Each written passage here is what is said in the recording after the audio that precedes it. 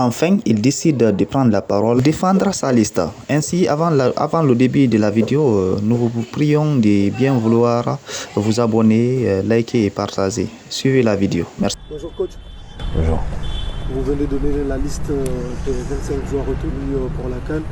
Qu'est-ce qui a prévalu le choix de ce groupe qui en réalité n'a pas beaucoup changé depuis que vous êtes à la tête de ce site national de Guinée? Ouais, ben justement, on a privilégié la continuité pour avoir, et je l'ai dit à chaque fois dans les conférences de presse qu'on a pu donner, pour avoir cette cohésion, cette fraternité dans le groupe de joueurs choisis. Donc voilà, ça m'a donné des mots de tête, mais ça fait partie du boulot aussi.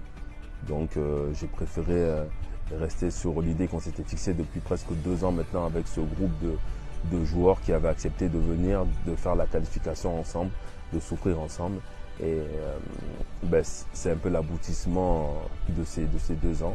Maintenant, il faut aller faire la performance en Côte d'Ivoire.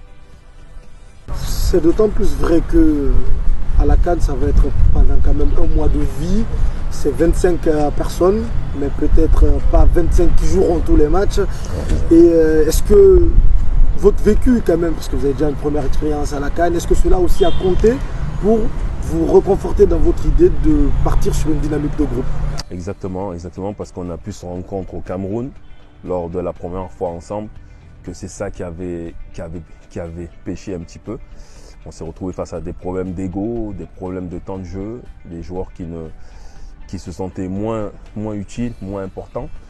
Donc voilà, maintenant dans mon choix, fort de cette expérience-là, bien réfléchi avec le staff pour choisir des joueurs qui vont ensemble, des joueurs qui peuvent se comprendre, des joueurs que même s'ils ne jouent pas ou moins, qui sauront se comporter quelquefois en grand frère, en confident. Mais il faut de tout dans un groupe et c'est vrai que sur 25 joueurs, on sait très bien que pas tous joueront, mais c'est la configuration qui a été choisie. On aurait pu en prendre 27 comme au Cameroun, mais après avoir bien réfléchi et discuté, on a préféré se limiter aux 25 parce qu'on a senti que de mettre des joueurs en tribune à chaque match, c'est compliqué. Et cette fois-ci, il n'y aura pas le Covid, donc ce sera des choix encore plus durs à chaque fois. Et c'est vrai que même si tout le monde a envie de jouer, de participer, de jouer les 90 minutes, voire les 95 minutes, on sait très bien que ce n'est pas possible. Donc dans cette logique-là, on a privilégié ces 25-là qui, à mon sens, sont les 25 qui vont le mieux ensemble. Je précise pour ceux qui nous suivent que même si on prend 25 ou 27, c'est 23 qui seront touchés par la feuille de match sur la feuille de match par match. Coach, on sait que la préparation est très importante et elle conditionne la réussite d'un tournoi. Quel est le programme de préparation qui a été mis en place et quelle importance est-ce que vous accordez à cette préparation? En accord avec le ministère qui nous accompagne encore une fois et la fédération, on a choisi d'aller à Abu Dhabi. Donc, mais déjà dans un premier temps de se retrouver ici le 28 et de faire tout ce qui est remise de drapeau et puis célébration, réception par le chef de l'État, en fait de venir ici, rencontrer les autorités, se motiver, dire au revoir aux familles sur notre sol et après s'envoler sur Abu Dhabi ensemble et préparer ça le 30 au soir, Inch'Allah, et d'arriver le 31 pour commencer les entraînements et repartir de là-bas le 11 au soir, voire le 12.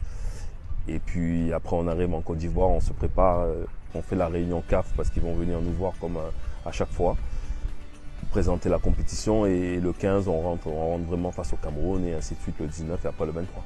Vous l'avez dit, on joue le premier match le 15 contre le Cameroun, on est dans un groupe relevé, appelé d'ailleurs groupe de la mort, parce que aussi la Guinée y est. Quelles peuvent être les ambitions légitimes de la Guinée dans cette CAN?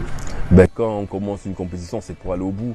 On est des compétiteurs. Ainsi, vous l'avez bien suivi, moi personnellement,